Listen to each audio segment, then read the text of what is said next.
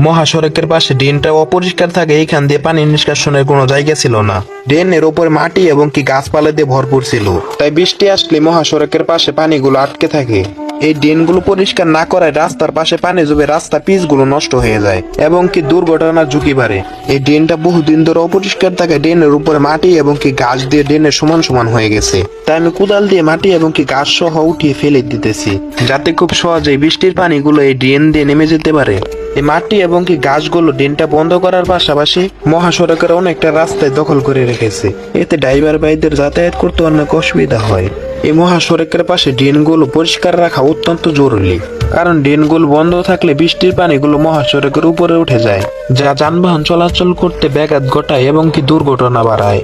এছাড়াও নিয়মিত পরিষ্কার না করলে ড্রেনের উপরে ময়লা জমে জলাবদ্ধতা সৃষ্টি হয়, যা রাস্তাগুলো খুব দ্রুত নষ্ট করে দেয়। ড্রেনগুলো সবসময় পরিষ্কার থাকলে বৃষ্টির পানি দ্রুত নিষ্কাশিত হতে পারে। তাই আমরা সবসময় চেষ্টা করবো এই ড্রেনগুলো খুব ভালোভাবে পরিষ্কার করে রাখতে। আমরা যদি এই ড্রেনগুলো পরিষ্কার না করি তাহলে রাস্তার উপরে পানি জমে বড় বড় গর্ত এবং কি স্পিড ব্রেকার গুলো দেখা যাবে না, এতে মহাসড়কে ভয়াবহ দুর্ঘটনা ঘটবে। আমার পক্ষে এই কাজটি করা মোটেও সহজ ছিল না, কাজটি করতে প্রচন্ড কষ্ট হয়েছে, কারণ ড্রেনের উপরে প্রচন্ড পরিমাণে মাটি জমেছিল, যা পরিষ্কার করতে আমার শরীর পুরো ক্লান্ত হয়ে যায়।